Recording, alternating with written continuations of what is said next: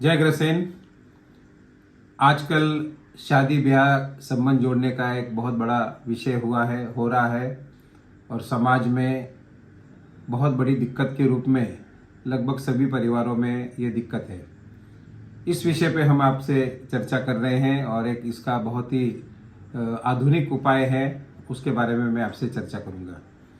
शादी ब्याह जोड़ना जिस प्रकार से पहले बहुत सरल हुआ करता था, आज के आधुनिक युग में इसमें बहुत सारी कठिनाई होती जा रही है। इसके कई सारे कारण हैं।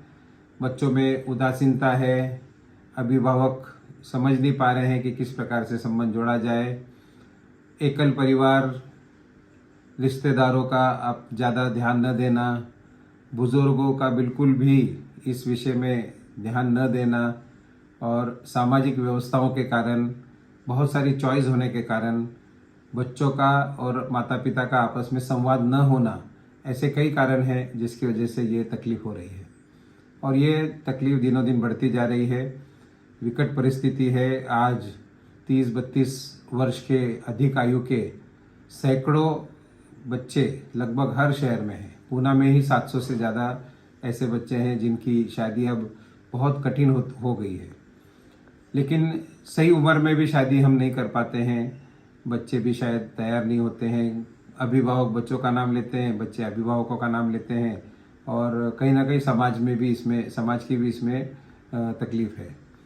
ऐसे परिस्थिति में कई सारे एजेंट, ऐसी संस्था है जो बहुत बड़ी रकम ऐंठती है और उसके बाद भी तकलीफ देती है और संबंध भी नहीं होता और जो अभिभावक है वो इस तरह के चक्रव्यूह में फंस जाते हैं। तो इन सब चीज़ों का हम सभी को ज्ञान तो है ही है, लेकिन इसके लिए क्या किया जाए? तो एक बहुत ही अच्छा सरल उपाय है। अगर हम मन से बच्चों का शादी करने की इच्छा रखते हैं तो मेरा ख्याल है कि ये उपाय करने से निश्चित रूप से आपको उसका लाभ होगा। हम पिछले कई वर्षों से कई अभिभावकों को इसके बारे में जानकारी देते आए हैं और हमारा अनुभव है कि जिन्होंने भी इसको अपनाया है उसे निश्चित रूप से बहुत सारा फायदा हुआ है। तो आधुनिक काल में हम इसको 16 रविवार का व्रत कहते हैं। जैसे पहले 16 सोमवार का व्रत किया जाता था अच्छा वर मिले इसके लिए, तो आज के युग में अगर हमें अपने बच्चों के लिए अच्छा वर या वधू दोनों भी तलाशने हैं तो हमें ये व्रत करने की ज़रूरत है। ये 16 रविवार हो सकता है, 16 सोमवार हो सकता है, 16 गुरुवार हो सकता है। हमें जिस दिन भी हमें फुर्सत होती है, जब हमारा साप्ताहिक अवकाश होता है, ऐसा एक दिन हम निश्चित करें और उसी दिन के अनुसार 16 व्रत करें। यह व्रत खाली पेट करने वाला नहीं है या उपवास रखने वाला नहीं है।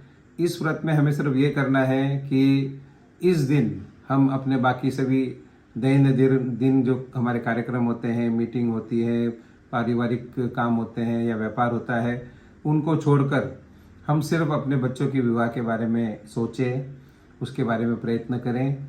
तो निश्चित रूप से मुझे पूरा यकीन है कि 16 रविवार का भी व्रत करने की जरूरत नहीं है। किसी को दो हफ्ते में फल मिल जाएगा, किसी को 4 में मिल जाएगा, किसी को 6 में मिल जाएगा। लेकिन इस व्रत में हमें करना क्या है, यह महत्वपूर्ण बात है। तो पूरा दिन हम कोशिश ये करें कि हम अपने बच्चों के लिए योग्य जीवन साथी की तलाश के लिए अलग अलग सामाजिक कार्यकर्ताओं से भेंट कर सकते हैं, उनके साथ जाकर उनके चर्चा कर सकते हैं, अपने मित्र रिश्तेदारों से मिल सकते हैं, उनके साथ चर्चा कर सकते हैं कि हमें कोई अच्छा संबंध बताएं। हमारे काफ़ी ऐसे बुजुर्ग आज भी हैं जो सारी दुनिया में घूमते हैं, उनको जानकारी भी होती है, लेकिन शर्म के मारे या डर के मारे में वो ध्यान नहीं देते। ऐसे बुजुर्गों से हम मिल सकते हैं। कई जगह बायोडाटा सम्मेलन हो रहे होते हैं, परिचय सम्मेलन होते हैं, तो ऐसे जो कार्यक्रम है उसमें हम जाके अटेंड करें। एजेंटों के चक्कर में फंसने के बजाय सामाजिक व्यवस्थाओं का उपयोग करें तो मुझे लगता है कि उसका बहुत बड़ा उपयोग होगा। सेकंड जो उसका पार्ट है उसमें यह है कि जो भी हमें जानकारी मिलती है, कई सारे बायोडाटा हमारे को व्हाट्सएप या अन्य माध्यम से मिलते हैं।